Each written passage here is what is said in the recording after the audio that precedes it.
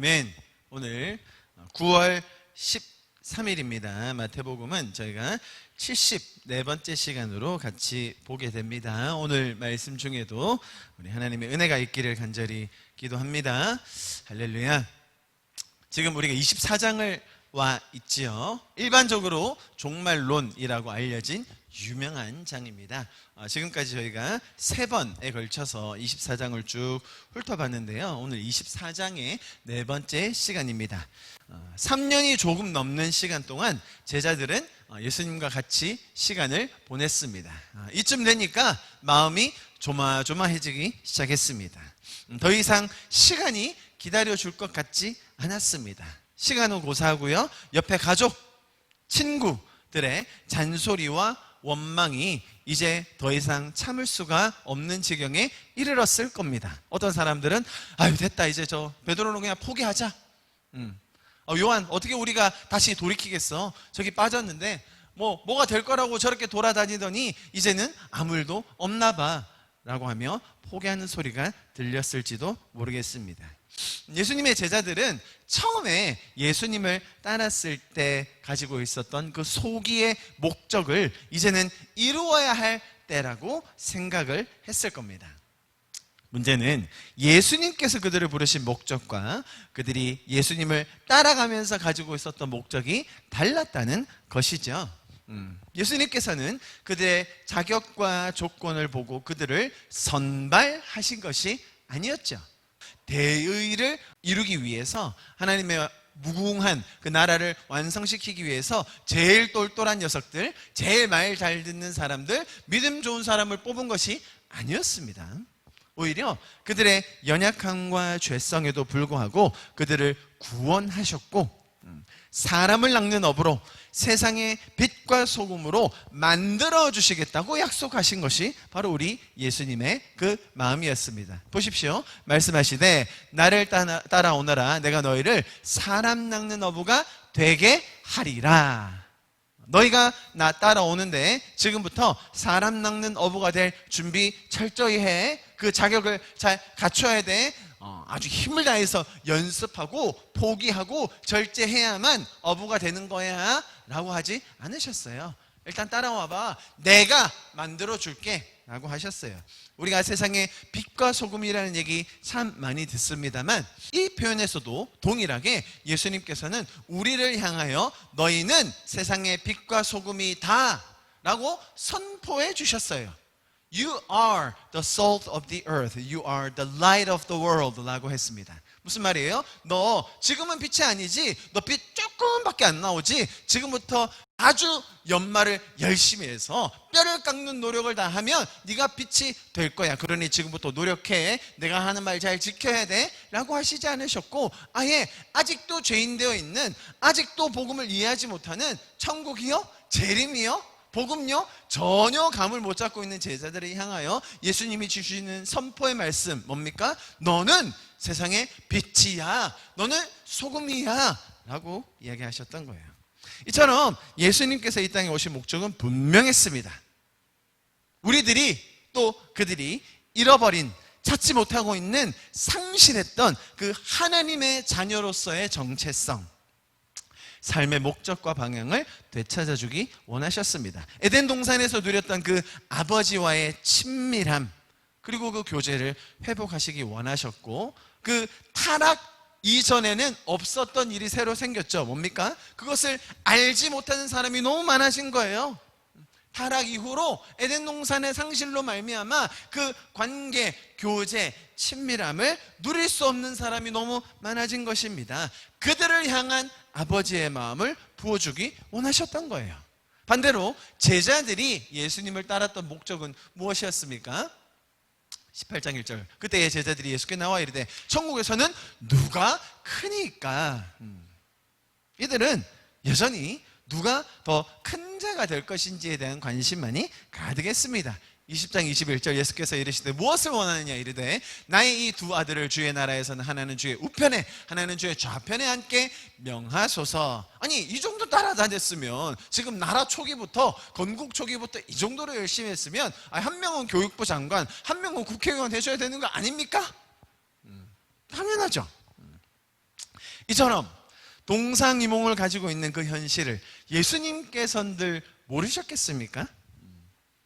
그러나 십자가로 인하여 거듭나고 구원받아 영생의 삶을 살게 될 그들이 후에 깨달을 것을 기약하고, 또 거기에 더해서 보혜사 성령님께서 오셔서 이들로 하여금 생각나게 해주실 날들을 알고 계시기 때문에 예수님께서는 이들이 어떤 질문을 하건 간에 그 질문이 전혀 맥락 없고 전혀 핀트가 안 맞고 아무런 이해 없이 하는 질문이라도 그들의 질문에 묵묵히 여러 가지 방면에서 다양한 차원으로 대답을 해주고 계신 것을 오늘 우리 24장에서도 보고 있는 겁니다. 여러분, 제자들의 질문과 예수님의 대답은 사실은 차원이 다른 거예요. 이들은 죄적인 관념, 죄적인 원리, 죄적인 이해의 한계를 가지고 있는데, 이쪽에서는 하늘의 원리, 하늘의 차원, 구원의 이야기, 복음의 이야기를 하고 있기 때문에 죄와 사망과 생명과 천국은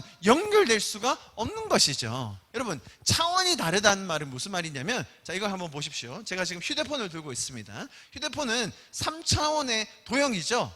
사각형인데 약간 이렇게 두께도 있고요, 그죠? 자, 그런데 이거를 밑에 땅에 햇빛에 비추면 그림자가 생겨요. 그림자가 생기면 어떤 모양이에요?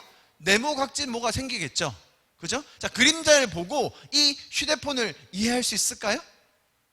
이 휴대폰 안에는 전자장비와 인터넷이 연결되고요, 이것만 있으면 요즘 못하는 게 없잖아요. 그런데 그림자를 본 사람이 이걸 이해할 수 있을까요? 이 안에 있는 모든 기능, 이것이 할 수 있는 일, 이것이 펼칠 수 있는 그 수많은 가능성을 이해할 수 있을까요? 없어요.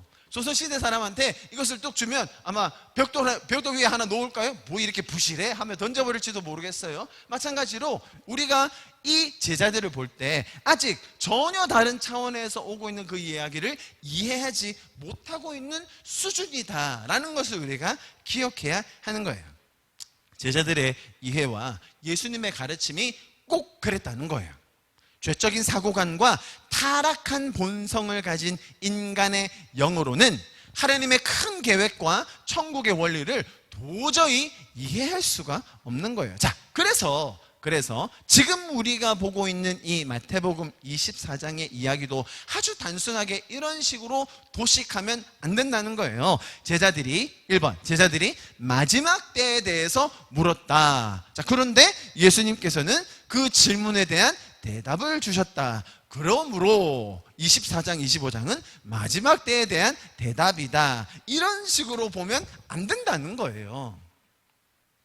제자들이 3절에서 마지막 이 세상 끝날에는 어떤 징조가 있겠습니까? 라고 물은 그것이 예수님이 생각하는 그 마지막 때, 예수님이 계획하고 계신 그 재림, 혹은 우리가 지금 신약을 사는 성도로서 초림부터 재림까지의 큰 계획을 가지고 있는 우리의 이해와 제자들이 지금 던진 질문의 의도, 목적은 전혀 다른 것이었다는 거죠.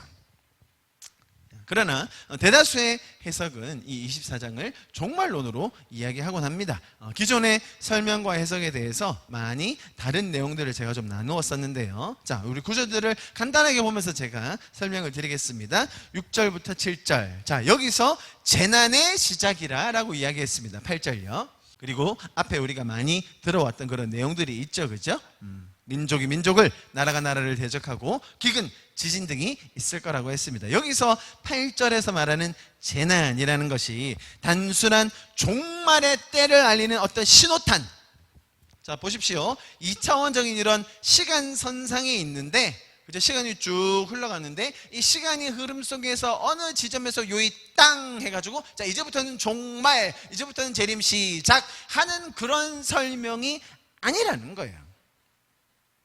오히려 이 재난이라는 것은 하나님을 떠나 타락한 죄적인 세상의 단편을 설명해주는 표현이에요. 자, 이런 식으로 도식화할 수 있을 것 같아요. 재난이라는 것 안에 난리, 전쟁, 기근, 지진 이런 것들이 다 들어가 있는 거죠. 이것이 언제부터 시작되었습니까? 인간이 하나님을 떠나 죄적인 길을 가기로 선택한 이후부터 이 재난들이 계속해서 반복적으로 오히려 그것이 들쑥날쑥하며 일어났다는 거예요. 지금이 종말의 때, 보세요. 종말의 때로 시간이 점점 가고 있기 때문에 이제 거의 종말이 다 된 것 같아. 이제 마지막 때가 거의 다 온 것 같아. 그러니까 지금 지진이 봐봐 이런 식으로 쭉 올라가고 있잖아 라는 설명을 너무 많이 들었다는 거예요. 지진이 증가하니까, 전쟁이 증가하니까 종말이 가까운다 라는 게 아니라는 거예요.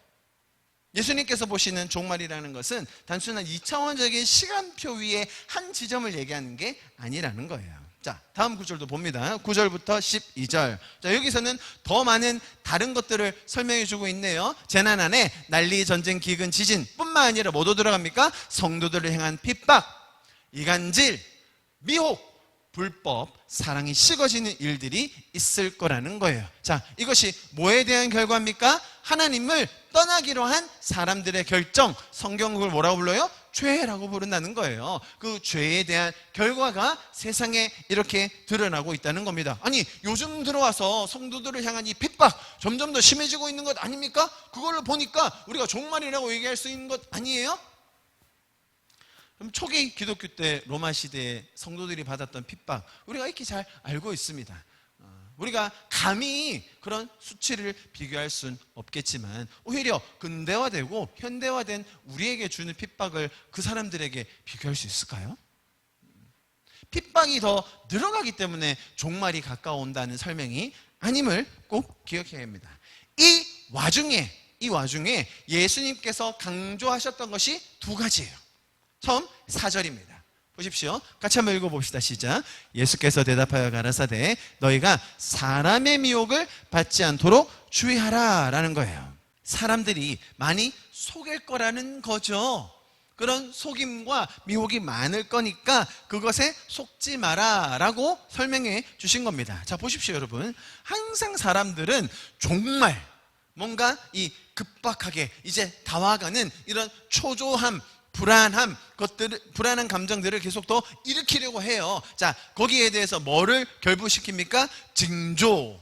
자, 징조는 보통 어떤 표적이라든지 아니면 기적들이 나타나기도 하죠. 거기에 선지자들도 항상 끼기 마련입니다. 자, 그렇게 이것이 딱 세트로 묶어지면 어떤 현상이 많이 나타난다고요? 미혹되기 쉽다는 거예요.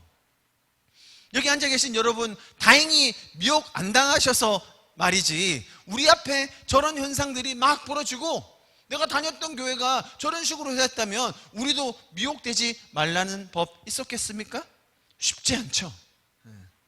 많은 이단들 혹은 그 복음의 진리를 벗어난 교회들이 이런 현상 때문에 미혹된다는 것을 우리가 꼭 기억해야 합니다. 그래서 오늘 지금 24장에서 말하고 있는 예수님이 설명해 주신 맥락 중에 가장 중요한 포인트 두 가지 중 하나는 뭐예요? 이런 현상들, 지금 너희가 질문하는 걸 보니 너희 딱 미혹되기 쉬운 질문을 하는구나. 너희가 하는 질문을 듣고 사람들이 다른 대답을 하면 너희 딱 미혹되겠구나. 그러니 미혹되지 않도록 주의하라 라는 것이 24장의 큰 맥락 중에 하나입니다. 두 번째 중요한 것이 뭐였습니까? 14절이었어요. 우리 같이 한번 읽어봅니다. 시작. 이 천국 복음이 모든 민족에게 증거되기 위하여 온 세상에 전파되리니 그제야 끝이 오리라.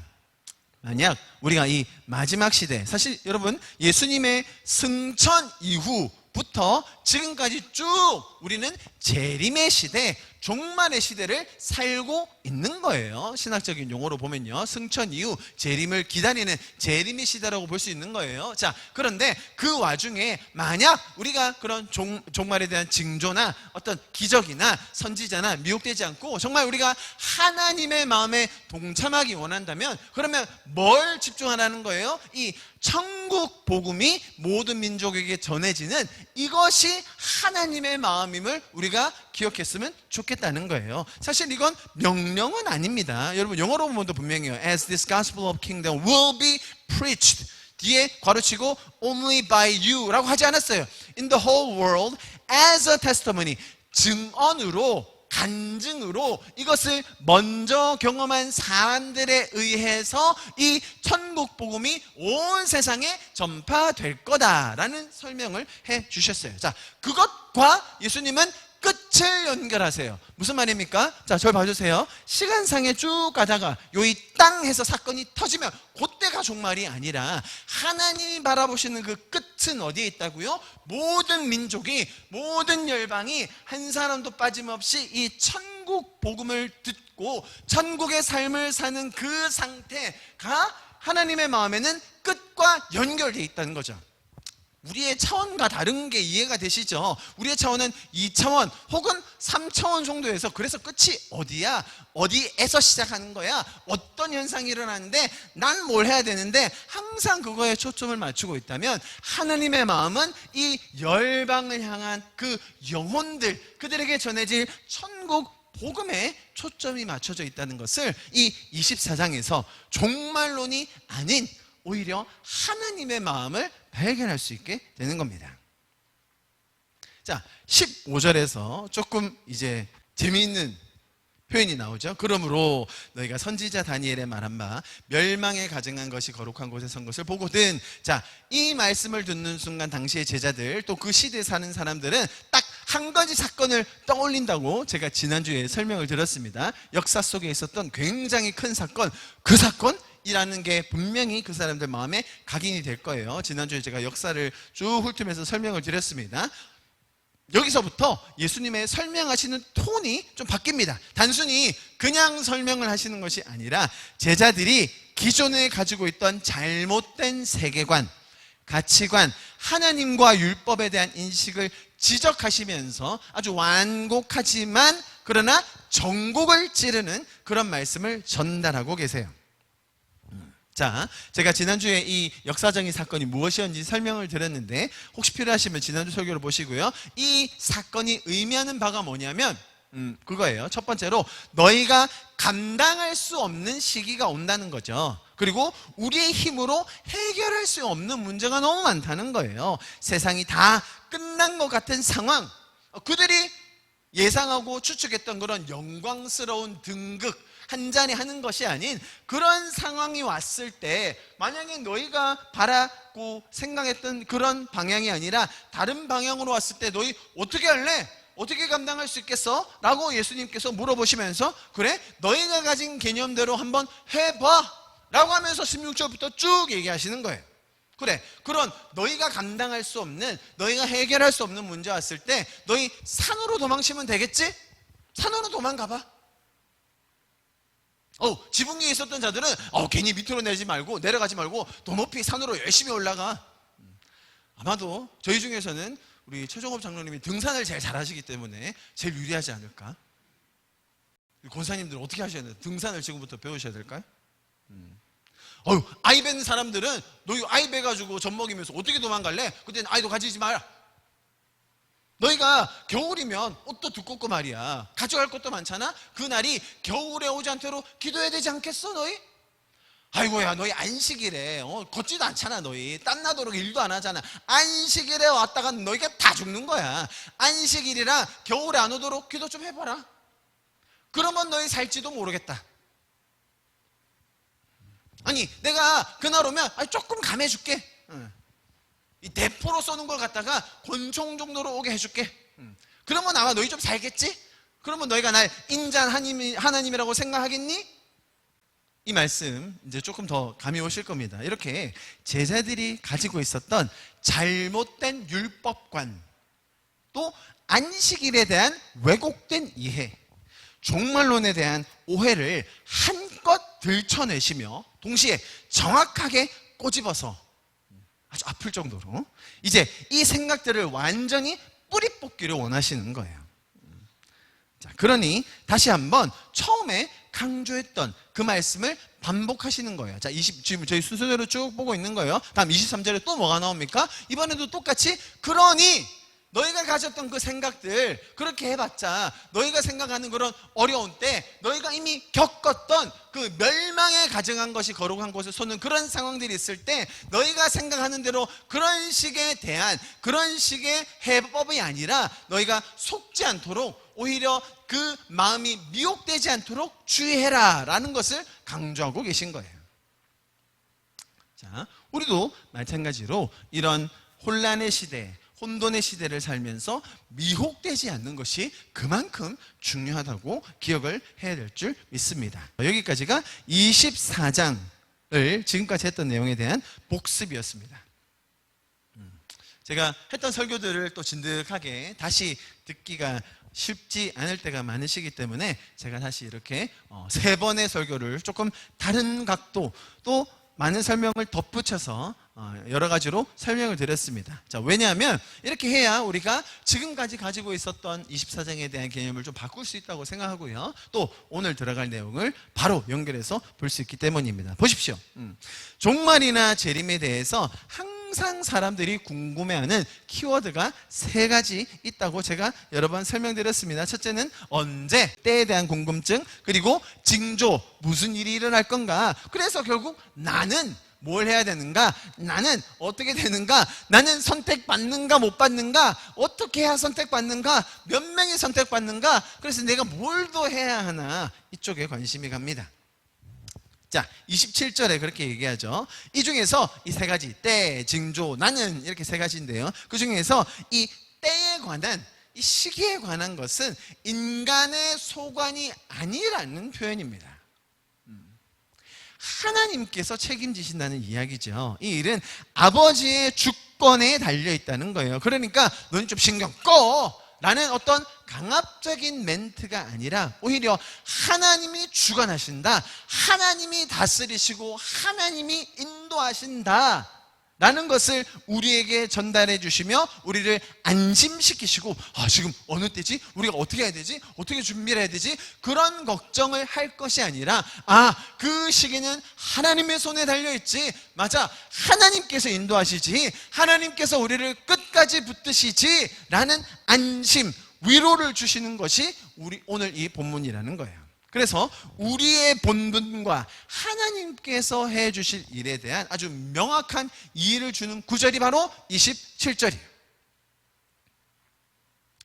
28절, 주검이라는 것은 당연히 부정적인 단어입니다.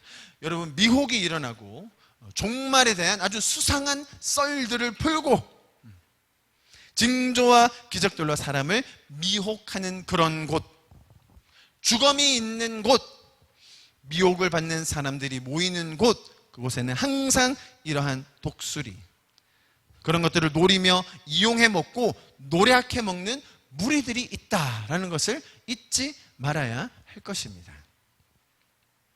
자, 보세요. 이제 29절로 넘어갑니다. 그날 환난 후에 즉시 해가 어두워지며 달이 빛을 내지 아니하며 별들이 하늘에서 떨어지며 하늘의 권능들이 흔들리리라. 자, 이 말씀은 이사야서의 말씀을 인용하신 것입니다. 예수님께서 이사야에 있는 그 말씀을 인용하여서 말씀하신 건데요. 13장 10절에 똑같이 나와 있죠. 하늘의 별들과 별 무리가 그 빛을 내지 아니하며 해가 돋아도 어두우며 달이 그 빛을 비추지 아니할 것이로다 라고 설명이 되어 있습니다. 자, 다시 한번 보십시오. 29절, 그 환난 후에 라고 할 때 이 환난이라는 것이 어떤 특정한 사건, 종말에 가까워왔을 때 일어날 어떤 특정 현상이라기보다는 보십시오. 이 모든 것이 재난의 시작이라. 그때에 사람들이 너희를 환난에 넘겨주겠으며, 자, 아까 앞에서 설명드릴 때 이게 어떤 결과라고 말씀드렸습니까? 사람들이 죄를 선택함으로, 하나님을 떠나기로 결정함으로 나타나는 현상들, 그것을 총칭하여 환난, 재난이라고 설명드렸어요. 지금 종말의 때에 일어나는 어떤 특정 사건을 말하는 게 아니에요. 종말의 마지막쯤 가서 일어날 어떤 특정 사건, 변화가 막 극대화돼가지고 일어날 그런 어떤 풍토나 문화가 아니라 죄로 관영한 세상 속에서 반복적으로 일어나게 될 상태가 환난, 재난이라는 것 기억하십시오. 자, 지금 예수님께서 이 말씀을 하시면서 이사야 선지자의 말을 인용하셨어요. 지금 이 초대 교회가 이제 일어나기 직전, 이 초기 기독교 시절, 이때 제자들과 또 이 이사야서를 썼던 그 당시 이 사람들이 지금 이 구절을 볼 때 어떻게 이해했을까를 아는 것이 중요합니다. 하늘이 어두워지고 달과 해가 빛을 내지 하며 하늘의 권능이 흔들린다라는 이런 표현은 당시 사람들에게는 굉장히 친숙한 표현이었습니다. 무슨 말이냐면 아주 큰 사회적, 정치적 혹은 세계적 격변이 일어날 때 큰 변화가 있을 때 쓰는 아주 일반적인 표현이었습니다. 우리도 그런 말을 많이 씁니다. 자, 보십시오. 천지개벽과 같은 큰 일이 벌어졌다. 우리 이런 표현 쓰죠, 그죠? 개벽이라는 게 무슨 말입니까? 세상이 처음으로 생겨서 열렸다라는 국어사전적인 뜻이 있어요. 천지가 개벽했나벼. 천지가 개벽했나봐. 라고 할 때 우리가 그 사람에게 어디에 새로운 세상이 생겼어? 새로운 우주가 열렸대? 라고 하지 않죠. 무슨 말인지 이해하시겠습니까? 이번에 우리 학교에서 아주 천지개벽할 일이 일어났잖아. 그 말을 듣는 순간 야, 지금까지 그 썩어서 아주 고착되어 있던 오래된 문제가 아주 발칵 뒤집혔나 보다 라고 생각을 하죠. 아이고, 청와대에 아주 천지개벽한 일이 일어났잖아 라고 하면 국회의원 한 몇 명이 잘렸던지 대통령이 탄핵을 당했던지 그 정도의 엄청난 변화가 일어날 때 우리가 이런 표현을 쓰는 것처럼 오늘 우리가 봤던 그 본문, 하늘, 별, 달, 빛이 잃는 현상, 흔들린다는 그런 표현들은 당시 사람들에게는 어마어마하게 큰 변화가 일어나는 거구나 라는 아주 친숙한 표현이었다는 거예요. 이해하시겠죠? 자, 이런 날들이 있을 때 우리의 감정은 어떠해야 할지를 우리가 좀 살펴봐야 돼요. 자, 예수님께서 이사야서 13장 10절의 말씀을 인용하셨다고 했죠. 그런데 이 10절만 볼 것이 아니라 이 한 맥락, 단락을 보면 우리는 어떤 기분이 들지 한번 봤으면 좋겠어요. 제가 한번 읽어드릴 테니 여러분이 이 말씀을 보시면 어떤 감정이 드는지 한번 여러분 스스로를 살펴보시기 바랍니다. 보라, 여호와의 날 곧 잔혹히 분냄과 맹렬히 노하는 날이 이르러 땅을 황폐하게 하며 그 중에 죄인들을 멸하리니 하늘의 별들과 별무리와 그 빛을 내지 아니하며 해가 돋아도 어두우며 달이 그 빛을 비추지 아니할 것이로다. 내가 세상의 악과 악인의 죄를 벌하며 교만한 자의 오만을 끊으며 강포한 자의 거만을 낮출 것이며 내가 사람을 순금보다 희소하게 하여 인생을 오빌의 금보다 희귀하게 하리로다. 자, 이 말씀을 저희가 같이 봤습니다. 어떤 기분이 드세요?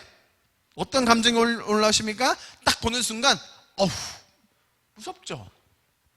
약간 경찰 앞에 서면 괜히 잘못한 것도 없는데 캥기고 마음이 졸여지는 것처럼 어디 좀 숨어야 되는 거 아닌가? 내가 아까 좀 전에 신호를 위반한 게 아닌가? 라는 생각이 들지 않습니까? 이것이 우리가 종말에 대해 가지고 있는 굉장히 잘못된 생각입니다. 동시에 하나님에 대해서 아주 크게 오해하고 있는 부분입니다. 여러분 잘 보십시오. 말씀 지금 굉장히 하나님이 아주 심각하게 화가 나셨어요.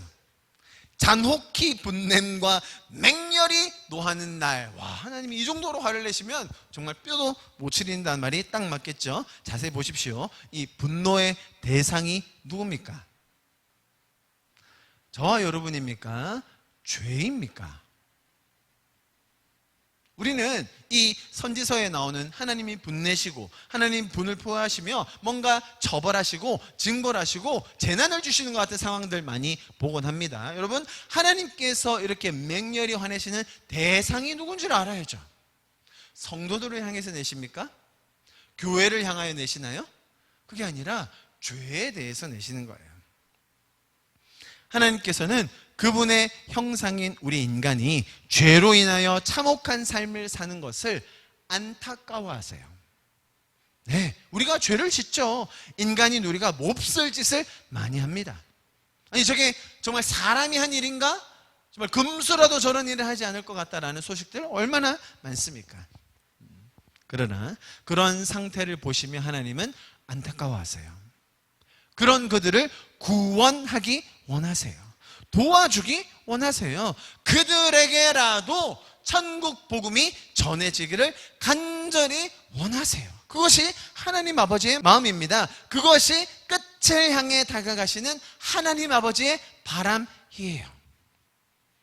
자, 보세요. 이렇게 큰 변화가 있는 그때가 언제겠습니까? 우리가 보는 이 마태복음 말미에 그런 현상이 잠깐 나타나요. 보세요. 이건 좀 아주 재밌게 또 연결할 수 있는데, 지금 예수님이 말하신 이 하늘이 어두워지는 이 현상, 우리는 단순히 이것을 항상 제일 끝에 종말에 제일 다가가면 그때 한번 하늘이 잠깐 짱 어두워지고 막 별들이 쏟아서 내려오고 그러면 예수님 재림하시고 그런 장면을 생각하기 쉽지 않나요? 항상 우리는 그렇게 생각해 왔죠. 마태복음에 그런 장면이 또 나와요. 마태복음 27장 45절, 제6시로부터 온 땅에 어두움이 임하여 제9시까지 계속되더니, 지금 무슨 장면인지 아시죠? 예수님께서 십자가에 돌아가시고 돌아가셨을 그 순간, 누가복음 24장 44절, 때가 제6시쯤 되어 해가 빛을 잃고, 해가 진 것이 아니라 해가 떠 있는데 그때 빛을 잃었다는 거죠. 온 땅에 어둠이 임하여 제9시까지 계속하며 성소의 휘장이 한가운데서 찢어지더라. 오늘 읽었던 그 말씀과 연결해서 보면 어떻게 보이십니까? 충분히 이렇게 연결할 수 있겠죠. 그렇다면 이 환난 후에 예수님께서 설명하신 이 상황, 뭔가 어마어마한 격변의 사건, 우리가 생각할 수 있는 모든 상상을 뛰어넘는 그 큰 변화, 그것은 무엇을 말하는 것이 될 수 있을까요? 이 죄로 관영한 세상 속에 환난 후에 이러한 큰 개벽과 같은 변화가 일어날 것이다. 인생의 고통과 신음의 근본적인 원인, 바로 죄의 문제를 해결하실 예수 그리스도, 그 십자가 사건을 통해서 인류의 미래는 이제 죄인의 세대가 아닌, 이전 것이 아닌 의인의 날들, 생명의 날들도 열리게 될 것이다 라는 설명을 하고 계신 거예요. 사실은 제가 이 24장 들어오면서 처음부터 말씀드렸듯이 저희는 구약 이야기와 또 신약에서의 초림과 공생애와 순환과 십자가 죽음과 부활, 승천, 그 다음에 재림의 약속까지를 총체적으로 이해하고 있는 성도잖아요. 그래서 제자들이 이 마지막 때 세상의 끝에는 무슨 징조가 있겠습니까? 라고 한 순간 우리는 딱 뭐가 클릭된다고요? 맞아, 종말, 그렇지, 재림 라고 하면서 봐서, 사실 이 구절들을 볼 때 이 사람들은 뭔가 대단한 격변이 있겠구나 라고 하면서 29절 하늘이 어두워지고 이런 사건을 봤는데, 우리가 도리어 그래, 진짜로 이제 하늘이 어두워져서 정말 마지막이 오는 거야 라고 이해하고 있었다는 거예요. 오히려 이 어마어마한 격변의 사건은 예수님의 십자가 사건을 통하여 우리에게 임하였음을 우리가 알 수 있는 거예요. 자, 이어서 봅니다. 30절, 그때에 인자의 징조가 하늘에서 보이겠고, 그때에 땅의 모든 족속들이 통곡하며 그들이 인자가 구름을 타고 능력과 큰 영광으로 오는 것을 보리라. 자, 이 말씀도 예수님이 이번에는 다니엘서를 인용하셨어요. 다니엘서 7장의 말씀 보시면 13절, 내가 또 밤 환상 중에 보니 인자 같은 이가 하늘 구름을 타고 와서, 보이시죠? 옛적부터 항상 계신 이에게 나아가 그 앞으로 인도되매 그에게 권세와 영광과 나라를 주고 모든 백성과 나라들과 다른 언어들을 말하는 모든 자들이 그를 섬기게 하였으니 그의 권세는 소멸되지 아니하는 영원한 권세요 그의 나라는 멸망하지 아니할 것이니라. 자, 다니엘서의 말씀을 그대로 인용하셔서 예수님이 또 말씀을 하셨습니다. 이 구절도 굉장히 논란이 많은 구절입니다. 이 30절도요. 자, 그래서 제가 여러 주석들과 이제 학자들의 이야기를 찾아봤는데요. 이 부분에 대해서 지금 현재 옥스퍼드 대학의 선임 연구원으로 계시면서 이런 초기 기독교, 유대교 역사에 대해서 연구하고 있는, 현존하는 가장 저명한 저술가이며 학자인 이 N.T. 라이트, 제가 아마 지난번에도 한번 보여드린 적이 있을 거예요. N.T. 라이트라는 교수님이 이 오늘 지금 막 읽은 이 30절에 대해서 뭐라고 설명했는지를 제가 제 말로 전달하면 또 오해가 있을까봐 책을 그대로 한번 적어 봤습니다. 한번 제가 읽어드릴게요. 지금 인자가 구름 타고 온다는 그 설명에 대해서 이분은 뭐라고 해석하는지, 인자가 하늘 구름을 타고 오는 것을 볼 것이라고 다니엘서는 말한다. 물론 다니엘서의 이 말은 이 특별한 인물이 내려오는 모습이 아니라 올라가는 모습을 말한다. 하늘 세상의 관점에서 보면 인자가 오는 것이다. 지금 이해하셨습니까? 다시 말해서 땅에서 하늘로 가는 것이다. 이런 의미에서 인자의 오심은, 오늘 우리가 읽은 마태복음의 인자의 오심은 하늘에 체류하다가 땅으로 돌아오는 것이 아니라 인자가 올라가는 것, 인정받는 것, 인자의 고난이 헛되지 않았음을 보여주는 것이다.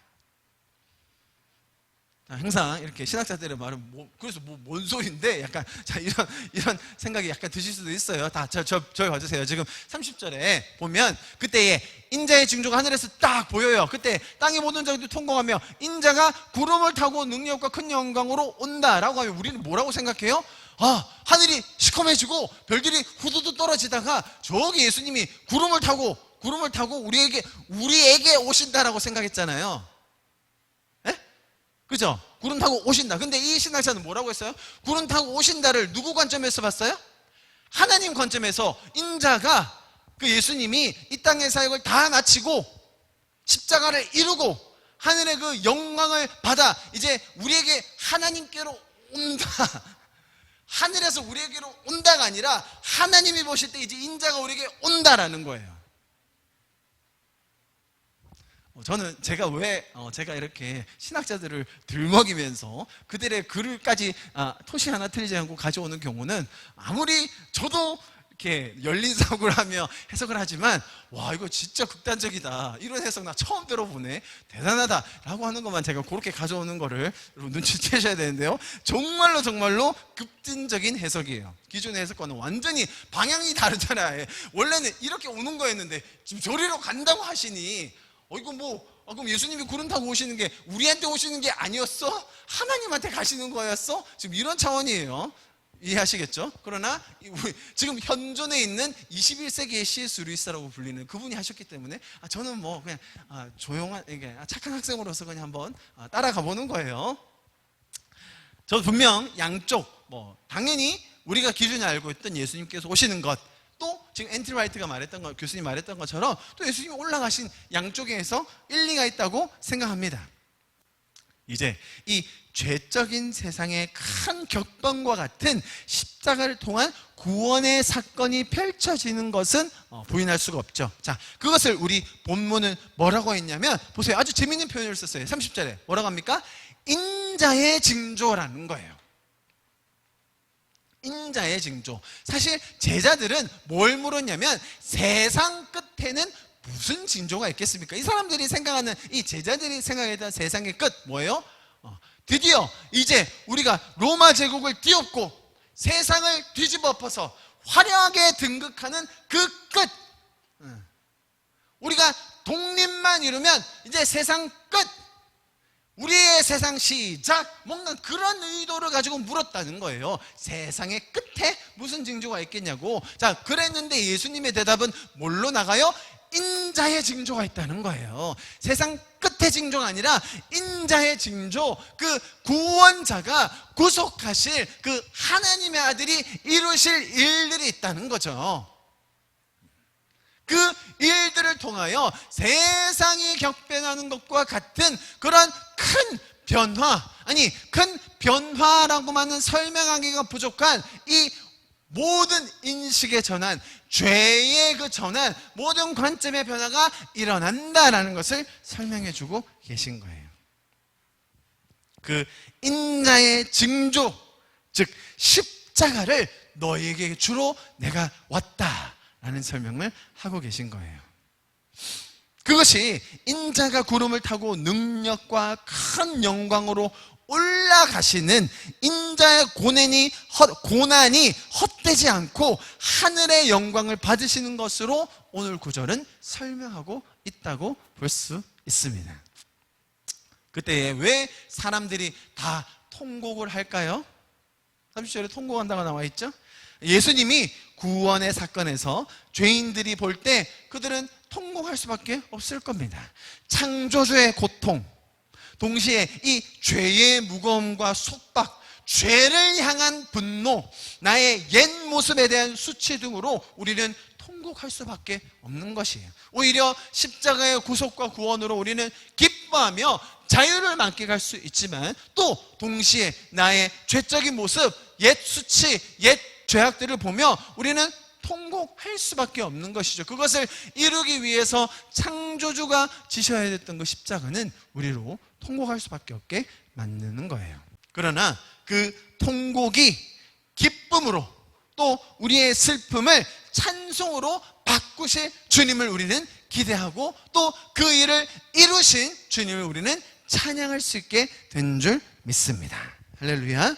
자, 마지막 절이었으면 오늘 본문에서 마지막 절요 31절, 그가 큰 나팔 소리와 함께 천사들을 보내리니 그들이 그의 택하신 자들을 하늘 이 끝에서 저 끝까지 사방에서 모으리라. 여러분, 나팔 소리라는 것은 구약과 신약 모두에서 의인을 부르고 또 죽은 자들을 다시 살려 불러 모으는 역할을 합니다. 천사들이 택하신 성도들을 불러 모으는 구원받은 감격을 나누게 될 것입니다. 보십시오. 하늘 이 끝에서 저 끝까지 한 사람도 빠트림 없이 온전하게 구원해 주실 것을 보여주고 있습니다. 우리 믿는 성도들에게 얼마나 큰 용기와 확신을 주는 구절인지 모르겠어요. 할렐루야. 그래서 오히려 그렇기 때문에 우리는 더 열정적으로 살아갈 수 있는 거예요. 우리는 세상이 두려워 세상에 위축되어 사는 자들이 아닌 것이죠. 세상이 우리에게 영향을 주려 하고 환난이나 핍박이나 위협으로 인하여 우리를 위축하게 만들려고 한다는 겁니다. 오히려 우리는 먼저 택하심을 받은 자들로서, 우리가 먼저 방주에 탄 사람들로서, 먼저 예배드리는 감격을 맛볼 수 있는 사람들로서 그렇게 하지 못하고 있는 자들, 잃어버린 영혼들을 향한 하나님의 마음을 가지고 살아갈 수 있는 자들이 된 것입니다. 우리가 복음에 먼저 들어와 빚진 마음으로 그 영혼들을 섬기며 도우며 천국을 나누며 살 수 있게 된 줄 믿습니다. 하나님께서는 우리에게 그 약속을 주시고 또한 우리를 구원하셔서 천국의 삶을 지금도 살 수 있도록 인도해 주고 계신 것입니다. 할렐루야. 아멘. 말씀을 마무리하면서 같이 기도하고 예배를 마치면 좋겠습니다. 내 손을 주께 높이립니다. 내 찬양 받으신 주님, 내 맘을 주께 완장엽니다. 내 찬양 받으신 주님, 아멘. 슬픔 대신이라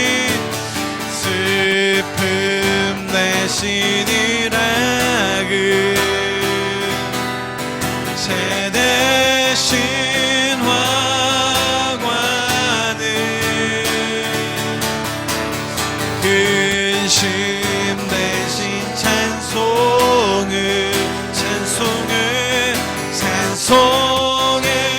옷을 주셨네.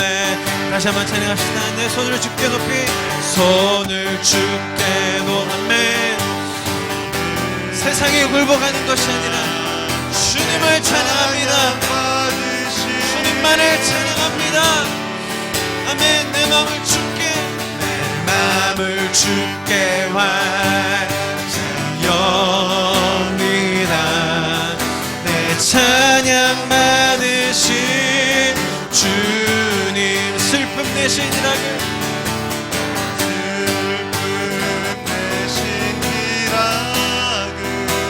제 대신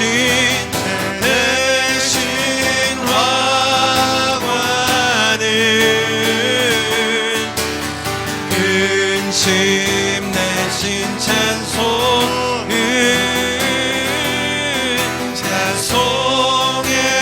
옷을 주셨네. 슬픔 대신이라 제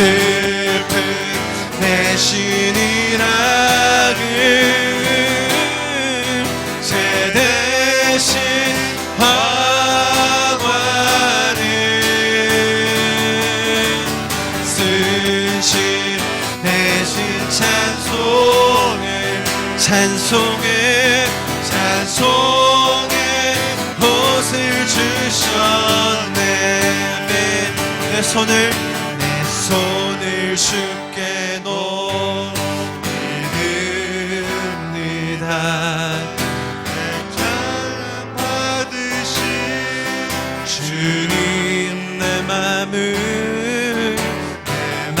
주님을 주께 환영합니다. 내 찬양 받으신 주님.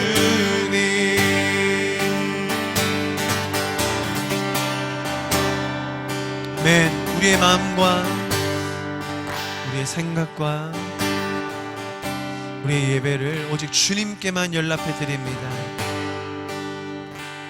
예수님, 죄악이 관영한 세상 속에 수많은 환난과 재난과 핍박과 어려움이 있을 것을 우리가 말씀을 통하여 배웁니다. 그 속에서 우리가 마음을 지키고 미혹되지 아니하며 우리 하나님께서 우리에게 주신 약속의 말씀과 그 아버지의 마음을 우리가 붙들고 서게 하여 주시옵소서.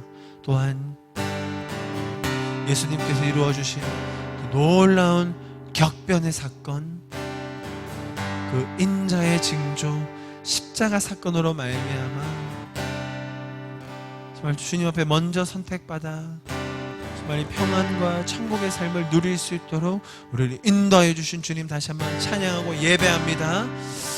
주님, 아직도 이 환난의 때에, 재난의 때에 길을 잃고 방황하는 수많은 영혼들 속에 주님이 천국 복음이 더 편만하게 전해질 수 있기를 간절히 기도합니다.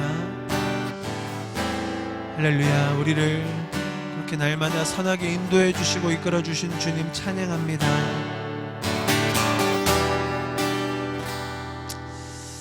주님의 그 신선한 약속 가운데 이번 한 주도 서게 하여 주시옵소서.